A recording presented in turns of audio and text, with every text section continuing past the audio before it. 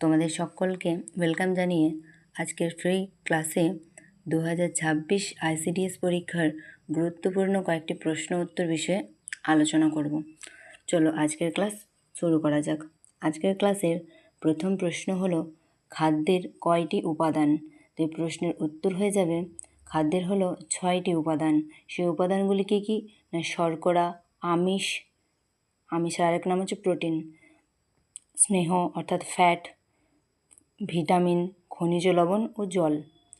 2 নম্বর প্রশ্ন কী আছে? না শরীরের শক্তির প্রধান উৎস কী? তো এই প্রশ্নের উত্তর হয়ে যাবে শর্করা বা কার্বোহাইড্রেট। 3 নম্বর প্রশ্ন ভিটামিন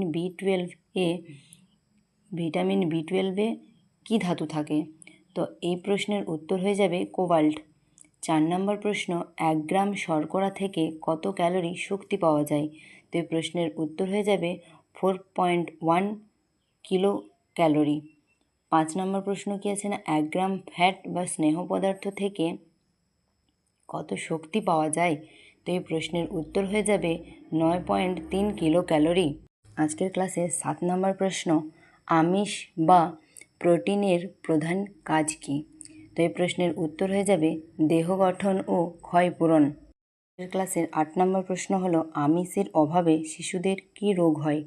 তো এই প্রশ্নের উত্তর হয়ে যাবে কোয়াশিওরকর ও ম্যারাসমাস। এই ক্লাসটি যদি ভালো লেগে থাকে অবশ্যই লাইক, কমেন্ট, শেয়ার এবং সাবস্ক্রাইব করে দেবেন। তো আজকের ক্লাসের 9 নম্বর প্রশ্ন হলো মানবদেহে তাপ উৎপাদক খাদ্য কাকে বলে? তো এই প্রশ্নের উত্তর হয়ে যাবে স্নেহ পদার্থ বা ফ্যাটকে। 10 নম্বর প্রশ্ন কী আছে? না প্রোটিনের ক্ষুদ্রতম একক কী? তো এই প্রশ্নের উত্তর হয়ে যাবে অ্যামিনো অ্যাসিড। 11 নম্বর প্রশ্ন সবচেয়ে বেশি প্রোটিন পাওয়া যায় কোন খাদ্যে? তো এই প্রশ্নের উত্তর হয়ে যাবে সয়াবিন। 12 নম্বর প্রশ্ন জনস্বাস্থ্যের জনক কাকে বলে? তো এই প্রশ্নের উত্তর হয়ে যাবে জন স্নো। 13 নম্বর প্রশ্ন WHO অর্থাৎ এর পুরো নামটা মনে রেখে দেবেন, ওয়ার্ল্ড হেলথ অর্গানাইজেশন। তো এর সদর দপ্তর কোথায়? এর সদর দপ্তর হলো জেনেভা, সুইজারল্যান্ড। তো আরেকবার আমি বলি WHO এর ফুল ফর্ম কি? না ওয়ার্ল্ড হেলথ অর্গানাইজেশন। এটাও কিন্তু আসতে পারে। 14 নম্বর প্রশ্ন জলবাহিত রোগের প্রধান উপাদান কী হবে এই প্রশ্নের উত্তর? না কলেরা, ডায়রিয়া, জন্ডিস। আজকের ক্লাসের শেষ 15 নম্বর প্রশ্ন হলো বিশ্ব স্বাস্থ্য দিবস কবে পালিত হয়? তো এই প্রশ্নের উত্তর হয়ে যাবে 7 এপ্রিল।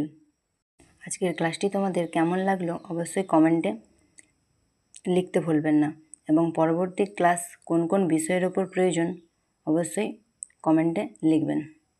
তাহলে পরবর্তী ক্লাসে সেই বিষয়ের ওপর প্রশ্ন উত্তর নিয়ে আসব। আজকের ক্লাস এখানেই শেষ। ধন্যবাদ।